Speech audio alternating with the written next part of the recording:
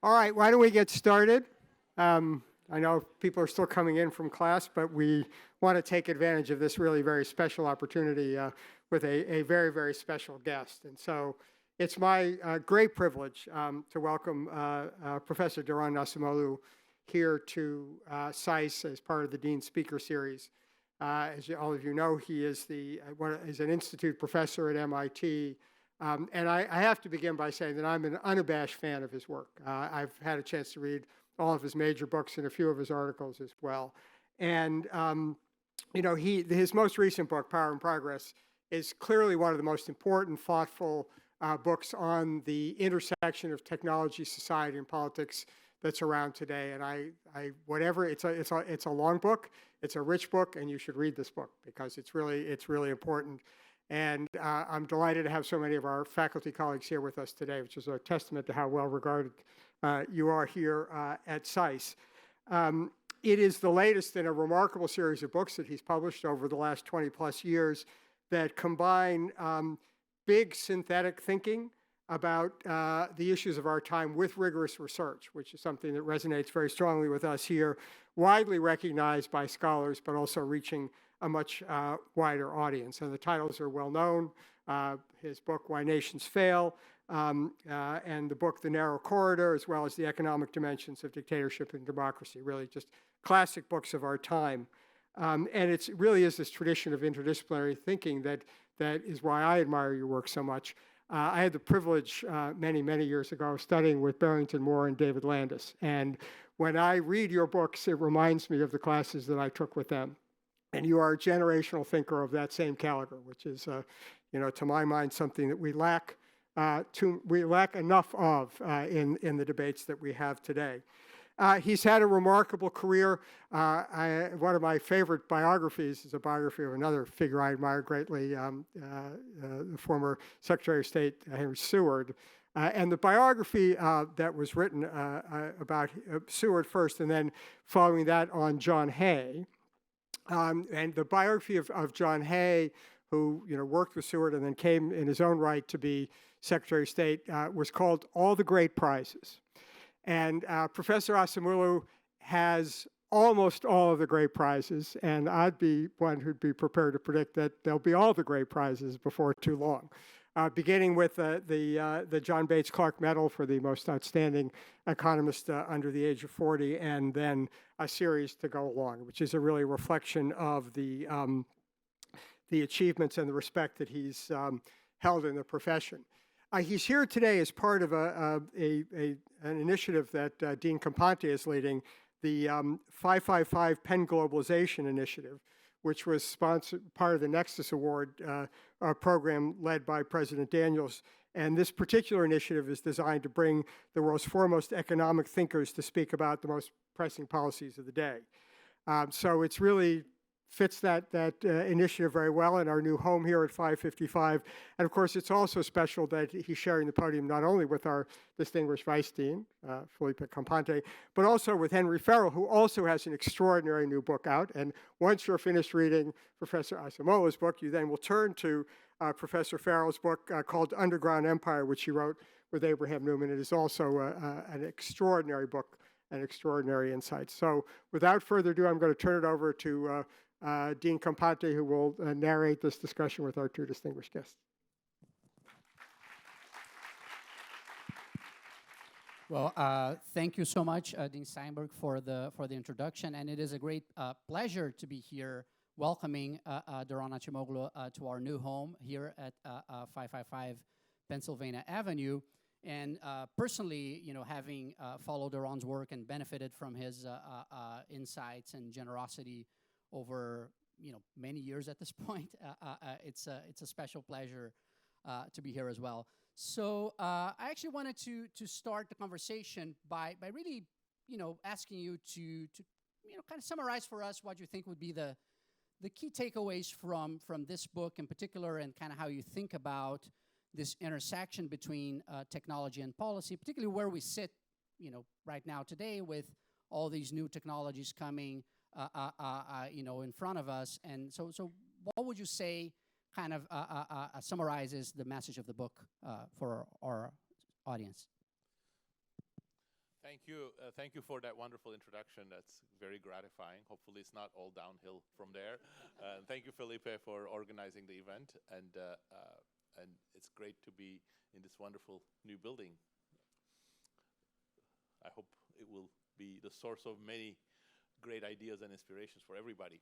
So Simon Johnson and I wrote the book because we believe that we are at the cusp of some very transformative changes in terms of technology and society.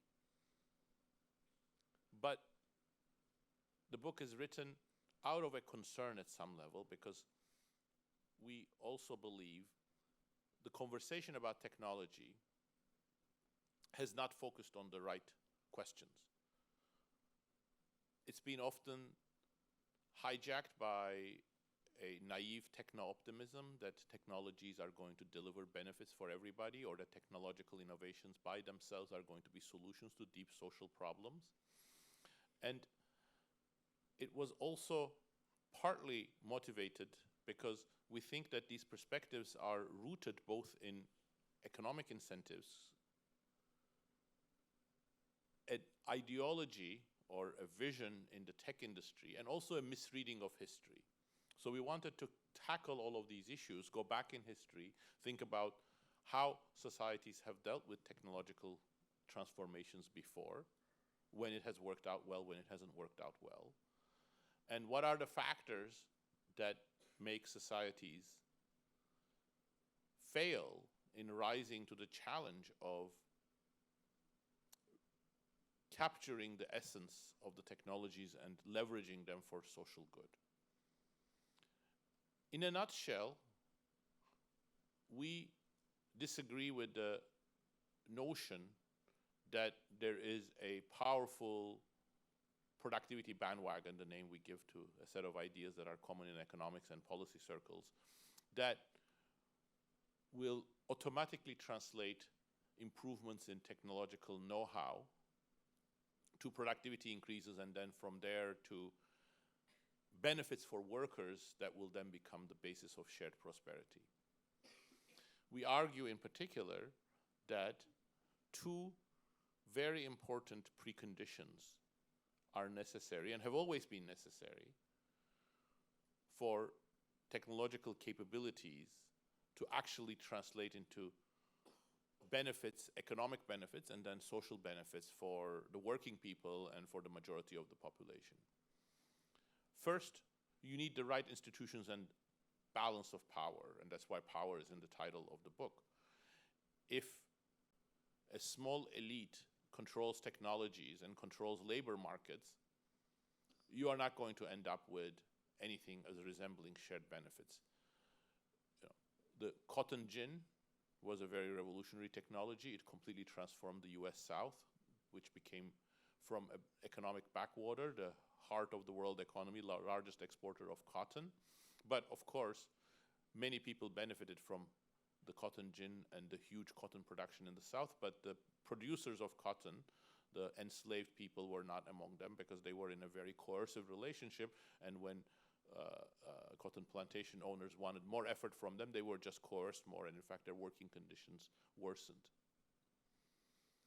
So power and institutions are not things that are automatically going to adjust. Second, and this is perhaps even more radical in some circles, we argue against the view that technological improvements will always create benefits through the labor market. Instead, we suggest that technology, scientific knowledge, human knowledge is highly malleable, and it can be developed in very different ways. And how you develop it really matters for labor demand. In particular, if we use new technologies and new know-how, mostly for automation, that will create a big problem for shared prosperity. Automation, by which I mean the substitution of machines and algorithms for tasks previously performed by workers, is often beneficial for companies because it may reduce costs and increase profits. It may be good for managers who then can control labor better, but it's generally not so good for labor. Instead, throughout history, for example, during the British Industrial Revolution or in the early 20th century, when the factory system was spreading in the United States with electrical machinery, or in the 3 decades following World War II, where US achieved very rapid and shared prosperity like other industrialized nations, new tasks, meaning using technology for creating more pro-worker technologies and capabilities, were critical. Digital technologies are tremendous in this respect. AI is tremendous in this respect. We can use digital technologies for doing things that are good for workers. We can use AI as an information tool to provide better information for workers who can then boost their expertise and perform their tasks. And we can have more productive educators, healthcare workers, electricians, all sorts of blue-collar tasks that are improved by the right provision of information, because many of the things that we do today is a series of decision-making and problem-solving problems. But the reason why we wrote the book is, in some senses, we think we are going on a very different trajectory. And that trajectory is fueled by a change in institutions in the United States, change in norms in the United States in a way that has become less accommodative of workers having a voice. Labor organizations have become much weaker, so the institutional channels via which gains are shared have become much weaker. Regulation has become much weaker. But also, very importantly, there has been a vision of technology that goes back to Alan Turing and the original founding of the AI field, for example, in the 1956 Dartmouth Conference, that has, in my opinion, in our opinion, mistakenly emphasized the desirability of autonomous machine intelligence. Autonomous machine intelligence means that machines, digital tools, are going to gain human-level capabilities like reasoning, judgment, and autonomous, meaning that they can be self-acting. When you do that, it is only one step from there to automate a lot of tasks, because they are autonomous, they can do them, and they are intelligent, so they can do better than humans. It is only one step to use these technologies for controlling workers, as controlling citizens, because these tools are better than workers, they're better than citizens, they're better decision makers. Only the very elite who design the tools are empowered by this vision. This vision has become symbiotic with a corporate agenda over the last 40 years, which emphasizes cost cutting and reducing the role of labor. And these two things together have been at the root of the huge, tremendous, jarring inequality in the United States, where not only we see much greater levels of pay inequity, but we also see that over the last 40 years, the real earnings of low education workers, workers with community college degrees, associate degrees, high school degrees, less than high school degree, they have all fallen in real terms. And we argue that there is an alternative vision of how to use digital technologies, which is not ours. Other people have articulated it before. As early as 1949, people were starting to criticize the emerging Turing vision of what machines should be like. It was much more about machines in the service of humans, so that's why we call it in the book the machine usefulness perspective. Digital tools should be in the interest and in the service of humans. And actually, throughout the 50s, 60s, 70s, this vision was foundational to creating some of the technologies that we depend on today, such as the computer mouse, hyperlink, hypertext, menu-driven systems. They all came out of this. But the tech industry, especially the Silicon Valley version over the last 4 decades, has completely sidelined that for a much more anti-democratic elitist vision in line with the autonomous machine intelligence ideas. And this is pushing AI in exactly the wrong direction.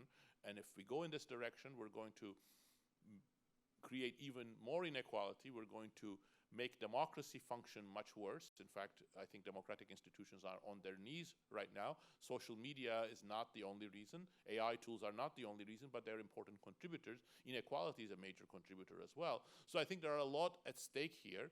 And I think the correct reading of history, the correct reading of economics, actually, there is nothing in economics that says that all technologies should serve shared prosperity, all technologies should serve democracy, all technologies should serve workers. I think the correct reading of history and economics actually gives us a much better perspective, but it also gives us hope. And I hope that, I believe that our book is points out a lot of problems, but it's also hopeful, because we deeply believe, and we try to show from history and from the current period, that we have a lot of choices when it comes to the direction of technology. The direction of technology is not predetermined. It's not in the minds of some geniuses like Sam Altman and Elon Musk. It's not just dictated by scientific discoveries that have their own path. It's a social choice, and if we make different social choices with different policies, different norms, and different regulations and institutions, I think we can achieve something much better. Thank you.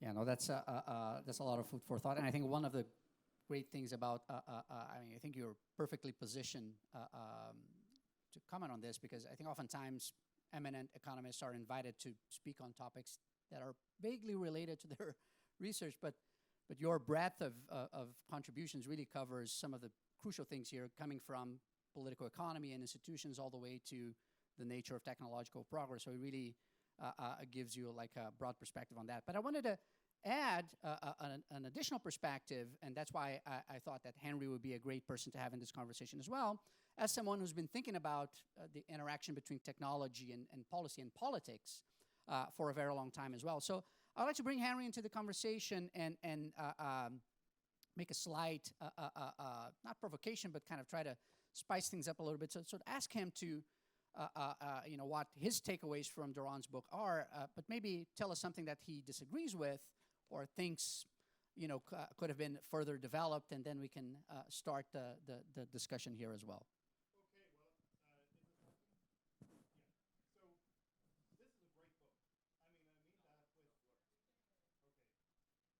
Is this working now? Perfect. Okay. So this is a great book, and I don't just mean it in the sense that this is a good book. I mean, this is a really important book, and this is an important book at exactly the right time. So reading this, I'm sort of again, in the light of a piece that came out a couple of weeks ago, which I'm sure you paid attention to, Mark Andreessen's Tech Optimist Manifesto, really made it clear how important it is to have this perspective. So Mark Andreessen, who I think is, or at least was, a super smart individual, came out with this pretty extraordinary harangue, which is exactly the kind of viewpoint that I think you are very explicitly and very systematically, together with your co-author, you're actually sort of taking down, and you're showing what are the fundamental problems with it. So he more or less says, progress is awesome, technological innovation is excellent. Anybody who gets in the way of this, for example, by proposing AI regulation, is effectively murdering millions of people, or billions, or trillions of people, I guess. So depending, isn't quite clear. In the future, you are getting in the way of the train of history. You are preventing this awesome future from unfolding, and what a horrible human being you are. And this is a book which very patiently, very carefully shows how that ideology is fundamentally flawed, shows how it fails to take account of politics, how it fails to take account of choices. I thought that your use of the idea of countervailing powers is extremely valuable here in thinking through the political economy. And I thought that your account of automation and how automation has worked in the past, and the previous solutions that previous generations have had, seemed in a certain sense to me to pre-butt all of the arguments that Andreessen and the many people like him in Silicon Valley make long before they actually, long before they actually were revealed in the very explicit, very crude, but also importantly, very influential form which we have seen. Because I think the other thing that your book really talks about and makes clear is the ways in which this is a very lopsided debate. That is that sort of, if we think about who have the power to get ideas accepted as being the common wisdom, which like countervailing power, common wisdom is a J.K. Galbraith's formulation. People who have the ability to affect the common wisdom, it is tech entrepreneurs like Andreessen, like Elon Musk, like Sam Altman, all of these people who are perceived and who were in London a few days ago, many of them, effectively putting forward this agenda and putting forward an extremely weird, extremely arcane, and also, I think, politically problematic understanding of what the risks with AI were, ignoring the kinds of day-to-day problems that I think you really profoundly illustrate are happening and are important. So I think this is just a great, great book. Now, I think that there are also some things that I would love to push you on that I think are very interesting questions to pursue. One question that I had is, this is a book that very much emphasizes the consequences for people at the bottom end of automation. And you wrote this clearly just at the moment where GPT-3, this new large language model, was coming online. And there's been a lot of discussion of its consequences since, including its consequences for people who might have thought of themselves as being sort of in the middle class or even in the upper middle class.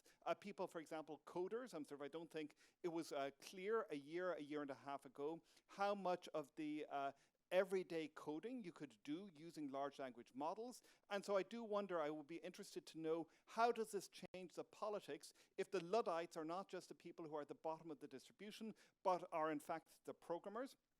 Another question that I had, which I thought was very interesting, is, as you say, this is a book which is very much, it's about power and institutions, but there's a third word which I think is almost, it's lurking in the theory and doesn't ever get quite explicitly articulated, which is networks. That is, that this is a book in a certain sense about how ideas get propagated, how they get percolated, what consequences they have.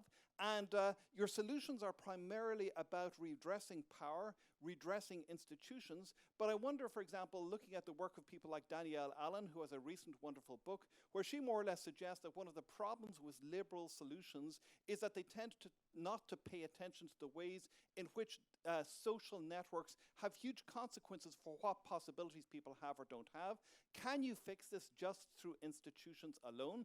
And then finally, I'm going to get to Felipe's thing, which is the actual point of disagreement, because the one chapter I disagreed with was the chapter on technology, democracy, and autocracy. And I felt in some ways, so that this seemed to me to be quite different in some of its assumptions. First of all about the efficacy of AI for many of these problems. You had great discussion of how AI created this world of so-so automation, sort of automation which kind of sort of worked, sort of did not, when it came to other aspects of the workforce. But in this chapter, when you're talking about AI and autocracy, it really gives a strong impression that all you need to have AI doing the super efficient work of sort of manipulating public opinion or whatever, you just need all of the data you can get your hands on. And I'm not sure that this, there are people who would empirically disagree with you on this, but also it seemed to me not necessarily to fit with the rest of the book. And sort of when you diagnose the problem of AI as really being this advertising-driven ecosystem in which everything is about optimizing on engagement, as you know, there's a literature, and the literature is, I think, certainly unsettled as to how important this is. But again, I felt that it didn't actually conduct with some of the micro foundations of your argument elsewhere. So that, for example, I think one of the books that clearly influences your ideas about how people think is a fantastic book by Hugo Mercier and Dan Sperber on the enigma of reason. And one of the things that Hugo and Dan really push is that it's really hard to manipulate people. So that is that they are capable of, discerning the stupid things that other people say. So I'm not quite sure that AI and that the manipulation has quite these devastating consequences for democracy. I think that it probably is a significant factor, but if you're to look for the real murderer, I think that the real murderer is probably one of the other candidates which you could go to. But as I say, I just thought it was a fantastic book, and it is the book we need to think about these issues right now, because in the best sense of the word, it is a book about political economy, and the political economy of these relationships is what we need to be focusing on, not the mythologies that conceal them, but the actual who gets what the distributional consequences are, all of these questions, and all of this, the book, I thought, did a quite magisterial job in delivering on. Thank you very much, Henry. So that's a really uplifting comments, means a lot. And I want to make 4 comments in response to your questions or comments, 3 of them answering your 3 excellent questions. But let me first say, Mark Andreessen, I think I really applaud his honesty, because actually, I have talked to so many leaders in the tech industry who have exactly the same view, but they're much more socially adept and they don't express it. So it's actually great that Mark Andreessen put this on paper, that, for people who are not hanging in these circles, that, you actually have evidence that this is how a lot of people in that ecosystem are thinking of. So you're absolutely right. We wrote the book quite a bit before GPT-4 was out. And in the page-proof stage, we inserted GPT-4 and ChatGPT in a few places. But, of course, I'm not objective. But I think what's happened over the last year actually is very congruent with what we say, in fact, amplifies it. So here is my take on ChatGPT, which some people will disagree with. This might be more controversial than the book for some of you. But ChatGPT is a hype machine. There's a very promising technology, generative AI, which is about the following architecture. You have a database, which is very large, which humans cannot access effectively because it's too large. You don't have the capacity to sift through it. And then you give it some context, and then it finds the right information, and it generates output from that big data set relevant for that context. So if you think of generative AI this way, it's actually a hugely beneficial technology. It's exactly the kind of technology that can be very useful for amplifying skills. It can be useful for training. It can be useful for lots of semi-skilled or skilled or some unskilled occupations to actually perform new tasks and more sophisticated tasks by providing recommendations or help them diagnose problems. But the way that the large language models have used this technology is actually throw in a lot of low-quality data at it. And out of it created something that looks impressive, but doesn't have any of the capabilities that we need because it cannot provide reliable information. It does not have sophisticated understanding of the context that we would realize in this, if you really wanted to use it in a pro-human way. It can sound like Shakespeare when it writes sonnets, but that's not what we need. And why did they go this way? Well, because again, if you look at both the financial interests and the vision, the industry is very targeted, very much motivated by trying to develop technologies that are high level, that have high level capabilities. So as a result, it's putting a lot of emphasis in this technology sounding like human, but we don't need it to sound like human. If you're an electrician and you want to help from a generative AI to diagnose a problem, you don't need it to sound like a human. But if you're going to make it sound like a human with the architecture that we have, you have to load all of this low-quality data from Reddit and from Facebook, and then you're going to get all the hallucinations, you're going to get all the unreliable information. It's great for hype, but it's not actually great for the real promise. So that, again, really highlights the direction of technology and who's going to benefit from it, and so on. So when it comes to networks, yes, 100%. I think that's very important. We just don't have the right theory. I think I have actually done, Felipe was extremely generous in his comments, but I have done a lot of work on political economy, and I've done a lot of work on technology, and I've done quite a bit of work on networks as well. It's like not as much, I've not been as obsessed with networks as political economy, and I think they are really important, but we still don't have the right language for bringing them into social science. So when often people talk of like networks are important, it doesn't have the micro foundations, it doesn't have the way that we can turn it into an operational thing. So you're absolutely right, and this is what we try to get to in our chapter 3 when we talk about vision and ideas. Oftentimes ideas are powerful because they have the right network. But what creates the right network, how the dynamics evolve, I think those are things that we need to talk much more about, and I think it's a great agenda. And finally, on the point of disagreement, well, let's split it out halfway. So I think there are two parts to chapter 10. One part is about how AI is being used in non-democratic systems, and one part is in how AI is affecting democratic systems. And of course, the lines are blurry, but that's sort of broadly how we may want to divide it. I think there is quite a bit of evidence that AI investments and data investments in China have been a very important part of the Communist Party's control over population. The details are still need to be worked out, but there is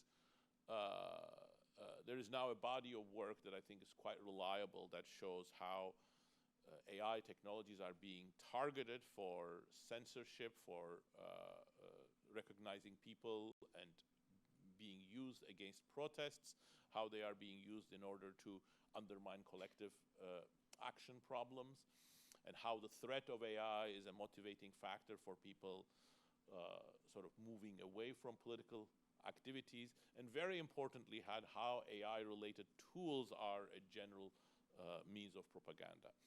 And I think there is no contradiction in my thinking between this way of understanding the problem of autocracies versus the other perspective that you very nicely summarized, similar to Mercier and Spilber's perspective, that humans are not as humans have a lot of resources for making decisions. But that doesn't mean that there aren't specific weaknesses that can be exploited as well. I think over time, people tend to adjust to new technologies. But technologies, especially fast evolving ones like AI and data science, can be one step ahead for quite a while. And I think that's what we're seeing in much of the authoritarian countries. So for now, they are effective. At some point, there's going to be a backlash. But until that comes, I think it's been a booster of authoritarianism. In the US, in the social media environment, I think the evidence is more mixed, as you rightly point out. There are many papers that say social media has been a big driver of extremism and polarization, and there are others that are sort of disputing that. However, my overall take would be the following, which is that even if we're not completely convinced by some of the evidence on social media, I think there is something inherently conflicting between very centralized control of information and democracy. Democracy requires broad-based participation and different perspectives to flourish, and centralized control of information is not going to allow that. And especially when you couple that centralized information with the business models of the digital platforms, which is about trying to monetize data, I think you are creating a really pernicious mix for democracy. Again, I'm not convinced that democracy cannot survive. Definitely, that's not what I'm arguing. I think there is a lot more to democracy's resources and people's resources in wanting to have a say in politics, wanting to participate in politics. But at the end of the day, centralized control of information, together with the ideology that machines are so much better than humans, are eating into human agency. And even if that's not absolute, weakening of human agency cannot be good for politics and for democracy. Thank you for those excellent comments and questions. Yeah, no, this is great. And speaking of ChatGPT and hallucinations, one thing, if you ask ChatGPT to review literature in economics, one thing that it hallucinates is Acemoglu papers.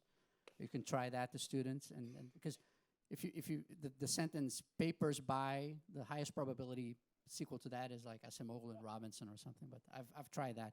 Now, one of the things that I find very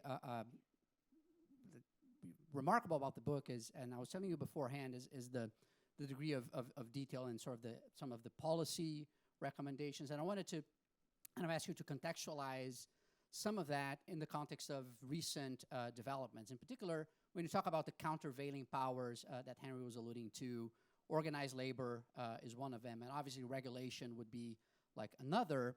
So I wanted to get your thoughts on, like, what do you think about the recent labor activity with the auto workers or the Hollywood writers, which relates to these technological changes, right? AI and also like electric vehicles and so on. And what do you make of the recent developments, let's say like President Biden's executive order or the UK summit on, so do you think these are moving things in the right direction? What are your thoughts on that? Yes, and look, here is how I would answer that question. When Simon and I started writing this book, which was beginning of 2021, we thought that the one part of the recommendations that we loosely had, which were not completely articulated at the time, the last chapter didn't get written until last, but sort of the ideas were there. We thought that the part that was completely pie in the sky was having labor voice, because labor organizations were so weak. Where that energy would come from wasn't clear. The tech executives and other corporate bosses would not have any desire to have labor organizations at the table. And the labor organizations themselves were so backward looking. I had a couple of conversations with labor leaders, and they had no idea about AI. And today, underscoring how liminal the moment that we are in right now, and that's why you shouldn't be pessimistic, not optimistic, not pessimistic, but perhaps at least have hope, is because that's completely changed. And it's changed on every dimension. There's a new drive for labor organization. Where it will go, I don't know. But labor leaders themselves have become much more focused on technology. So I've had many more conversations with labor leaders. Now I feel, okay, they are actually understanding AI is important, that these new technologies are important. They are trying to find experts to work with them. And lawmakers are actually trying to bring labor to the table. In fact, some companies, not all, and some of it may be lip service, are actually saying we need to talk to labor. So I think there's a shift. Are we there yet? No, because I don't think some of the key roadblocks are lifted yet. One of them is exactly the vision of what we want from technology, and that's really at a high level that comes from the tech industry. And what labor negotiations will do will have an indirect effect on it, but we're not there yet. But I think what the Writers Guild of America did, I think, is brilliant. I think they put AI on the table, and they had the right attitude. They didn't say we are against AI. We want workers to have control over AI, not just the bosses to have control over AI. I think that really shifts the perspective. I think the other important issue is that the labor movement needs to understand that you need a different mode of negotiation. So here is one way you can think about how the labor negotiation might go, and this is actually would be the simplest economic model that we have of unions.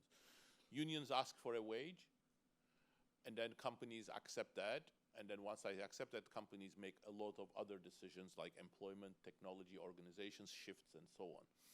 If that's the model that unions stick with, in the age of automation, that's not going to work well. Because why?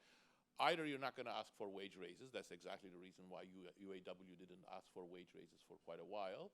Or if you ask for wage raises, now what you're going to see is that with the tools of automation available, managers are going to say, labor has become very expensive, so let's automate even more. But what we learned from history, and we actually can see this in Scandinavian countries and in Germany as well, when unions first establish a cooperative environment, so this cannot be very conflictual, and within that cooperative environment, they negotiate both on wages and other things, including training and technology use, in particular, like what the WGA did, is like saying, we want AI, but under the control of workers. I think that's going to be the future for the labor organization. But I think that realization is not there yet in the labor movement. I think it's going to be a process. And what about the regulation aspects of it? Do you think it's going in the right direction, or we don't know yet? We don't know yet. I think it's really hard. Regulating AI is really hard. But again, it's the executive order is short on details, but it's actually a signal. It's a normative sort of landmark, and there are about 4 Senate committees working on regulation, and they are building expertise. So the refrain from the industry was that, lawmakers cannot regulate us because they don't understand the technology. And I think there were hearings in the past where, senators sounded like they didn't understand how cell phones work or the internet works. So that wasn't very inspiring. Yes.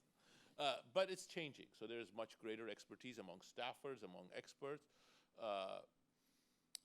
So I'm hopeful that it could be better, but it's a very difficult position. So I don't think you are going to have a silver bullet legislation. So you need to have a number of different approaches, and the tech industry is putting a lot of pressure on a few items that are really important for them. So it's going to be a battle. And then there is the issue of China. I often say if China did not exist, Silicon Valley would have to invent it. So China is the biggest argument that the tech industry has against regulation, that if we regulate, then we're going to leave the leadership to China. I think that's the wrong perspective.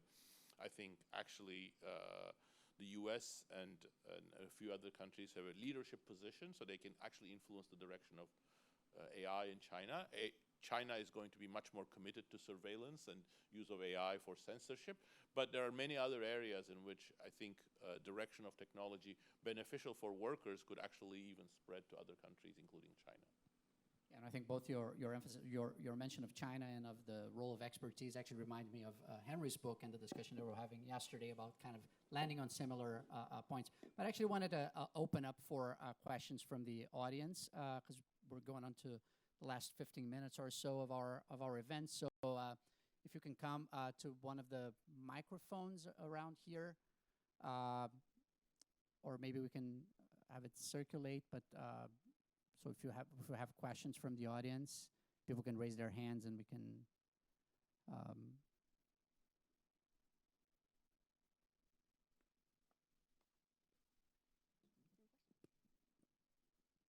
Yeah, there's one over there.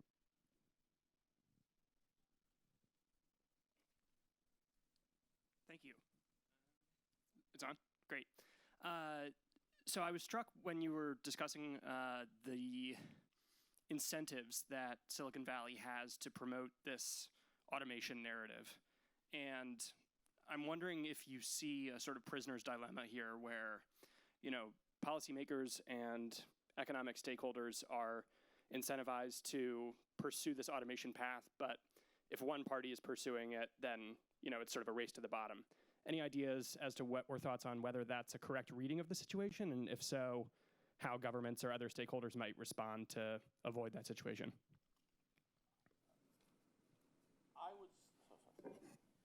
I would say that there are complementary forces that create a bad equilibrium, but I hope it's more like a coordination game than a prisoner's dilemma. In a prisoner's dilemma, there is really nothing unless you change the game to save you from the bad outcome. In a coordination game, we may be stuck in a bad outcome, but things could work differently. And the reason why I think it's a coordination game, I'm not generally taken by win-win situations. Few things in life are win-win, and political economy would not be very interesting if things were win-win.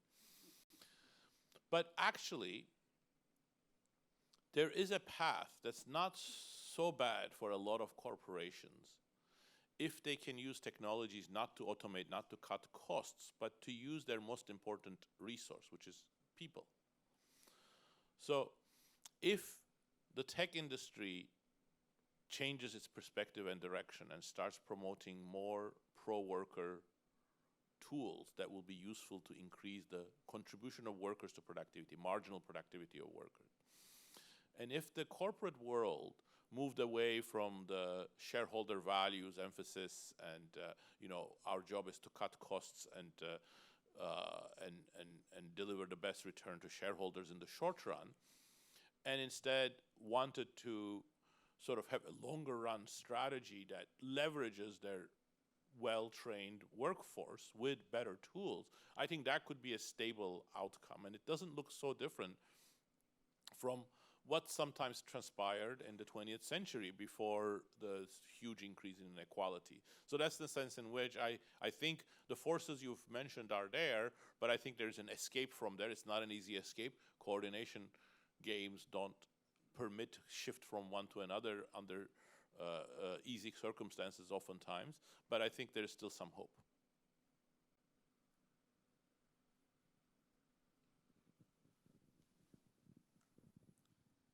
Hi, thanks so much for this lecture. So I have a question regarding institution and regime type, and specifically, let's compare US and China.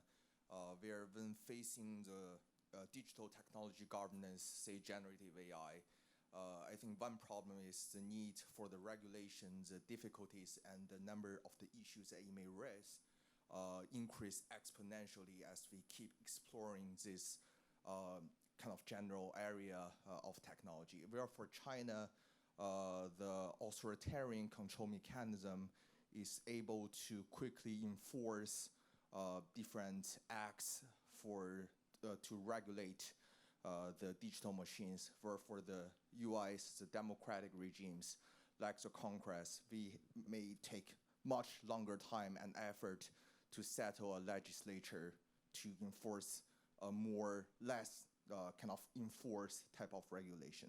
So in this time of in this kind of time of the digital era, do you think the democratic regime, like what are the areas of improvements that democratic institutions need to be made in order to match the capabilities, say, China to regulate technologies? Thank you.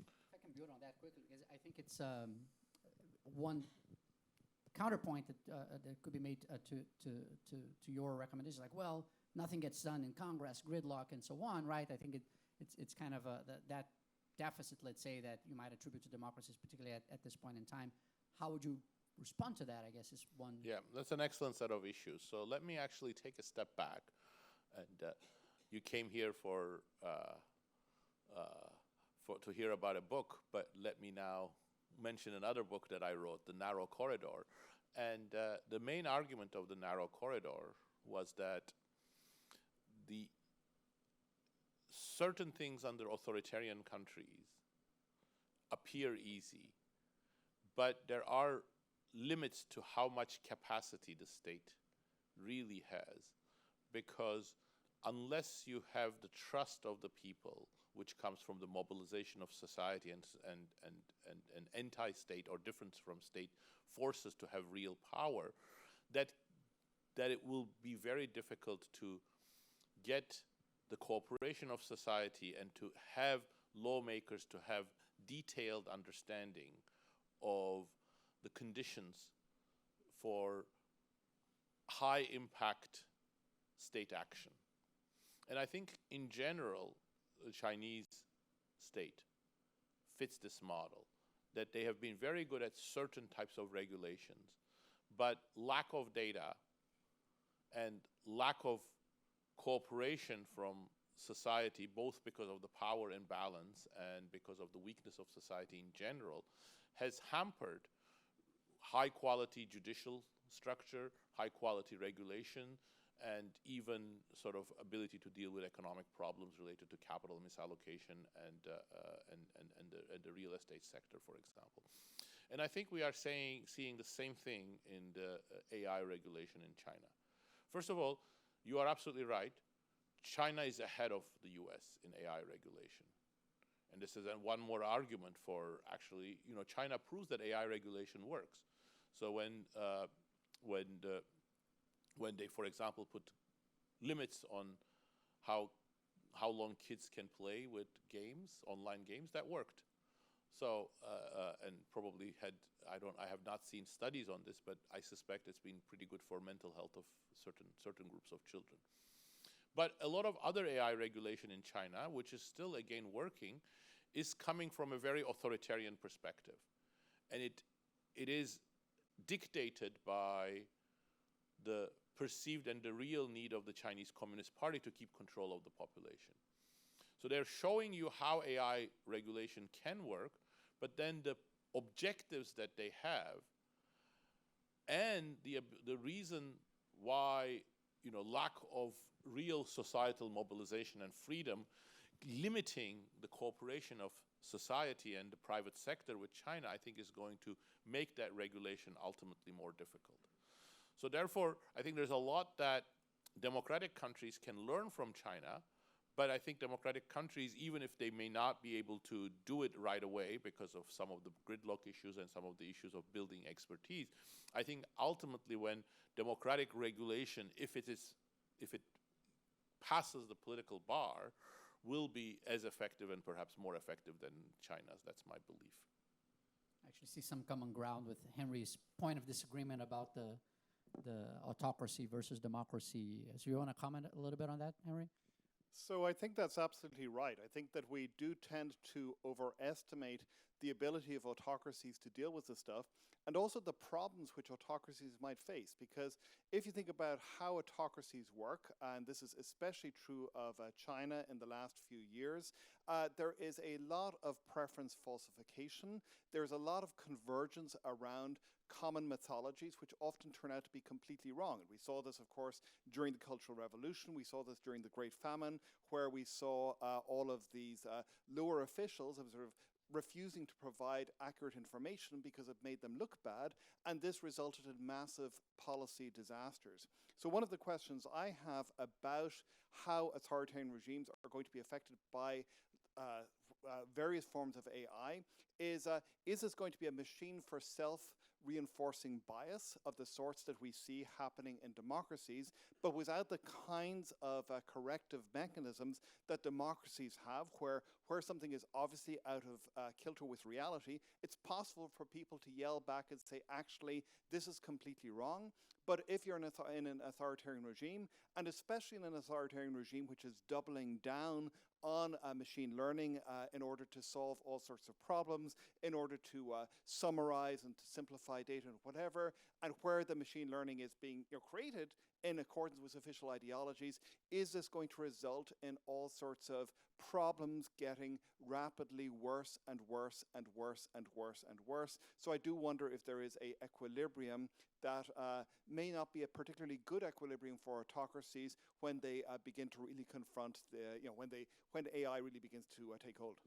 Yeah, absolutely. I mean, that's my belief, although I don't have any evidence for it, that actually the AI and data-based control is a double-edged sword for authoritarian rulers, and especially the Chinese Communist Party, because it creates an illusion of control, but it's not going to be as deep a way of penetrating people's minds and controlling their minds. So in other words, it's like what James Scott emphasized, if you want to control from top down, you try to make things legible and simplify them. But when you do that simplification, you leave a lot out, and I think that's a lot of that is being done both in the United States and in China at the moment. But it also means that there is going to remain a lot of demand for political participation, freedom, and non-authoritarian ways of governing in China that will at some point surprise the Communist Party. So my joke about this has been that this is seeing like a finite state machine, that effectively these technologies and sort of really can create these problems on steroids. And there is a very interesting paper by a young UCLA student, PhD student, Eddie Yang. He's one of Margaret Roberts' students. What he did, he managed to get his hands somehow on one of the censorship engines that is used by Chinese media to try and figure out what happens, how does it work? And the big problem that China faces, of course, they're worried about is there going to be a real revolution? Do they know what people actually think? And the problem is that the data that they get is invariably skewed because people don't want to talk about what they actually believe in public. And so Yang suggests that trying to load more and more terrible data, which I think gets back to your earlier point, into the system really does not provide very much in the way of predictive capacities. And so what he suggests is that the ways in which Chinese authoritarians can to some extent circumvent this is by grabbing data from sort of Chinese language speakers outside of China to use this to train their models better in order to predict what kind of opinions people might actually have if a crisis actually hit. 100%. That's a great paper. I love that paper too, yeah. Reading recommendation here. Another question? Here, yep.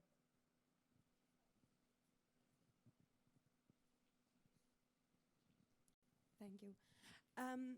I have a question. I asked myself how we should proceed from now on. So we made clear that the situation as it is not the best one, and it's hard to regulate that because of our bureaucracies that we have in democracies. So I asked myself, what can we do now as a society? What I see is that the society is very polarized also on this matter because we have these two narratives, the ones we talked about it earlier, who think that AI and technology will save us all, and the other narrative who thinks it's the end of the world. How can we as future policymakers and leaders right now do something against it and try to create or achieve a narrative that is more useful in our societies and not as extreme and polarized as it is right now? I think for everybody, becoming more informed and more active on these issues is a very important input, because I think civil society action is going to be a very important part of it. But I have also observed, in my limited sample of talking to lawmakers, that in the United States and in Europe, actually there's a lot more in common about these concerns between the two parts of the aisle. So a lot of the issues related to, for example, job loss from AI and inequality cuts both ways. Both Republicans and Democrats in the United States are now, this was very different actually 5 years ago, but now are troubled by the power of the tech. The Democratic Party had become completely captured by tech for a while, but I think it's starting to change. So I think there are ways of broad coalitions on some of these regulatory issues. So I think as budding policymakers, one thing I would recommend is actually talk to people with different political leanings to start a conversation of forming a broad coalition on these issues. I think we have time for one question. Let me see. I think you're in the middle.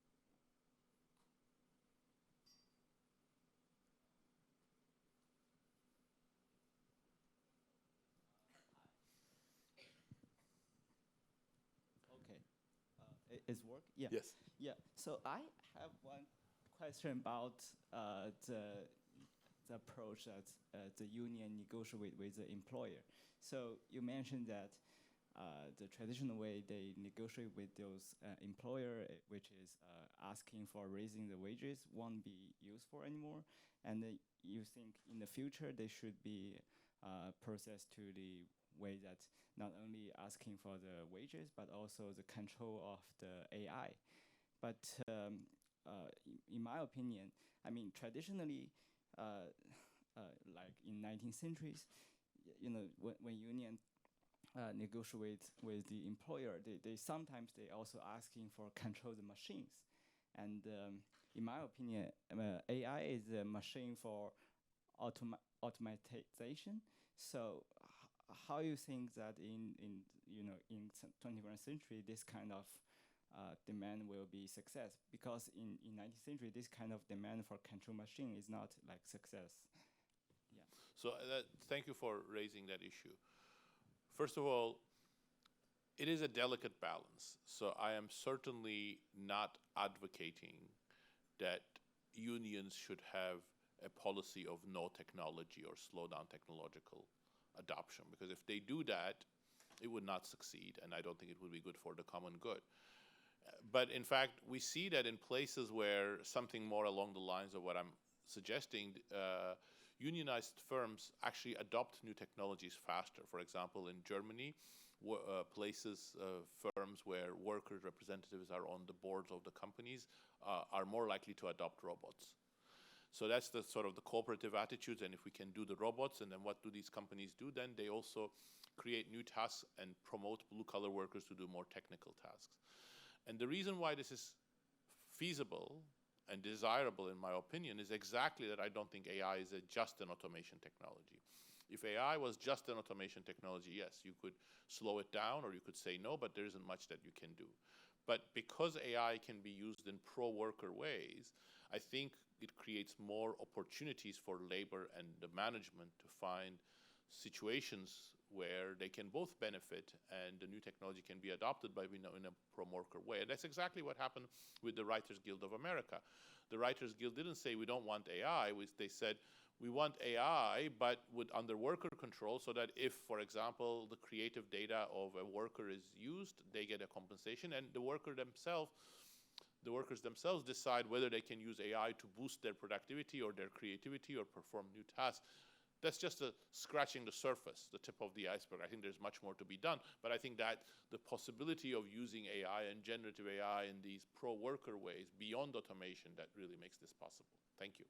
So there are some win-win situations after all. Not many, but there are. Yeah, on that note, I mean, obviously we could have many more questions, but we're out of time. So let me thank you again, Daron. Thank you, Henry, as well, for this very enlightening discussion.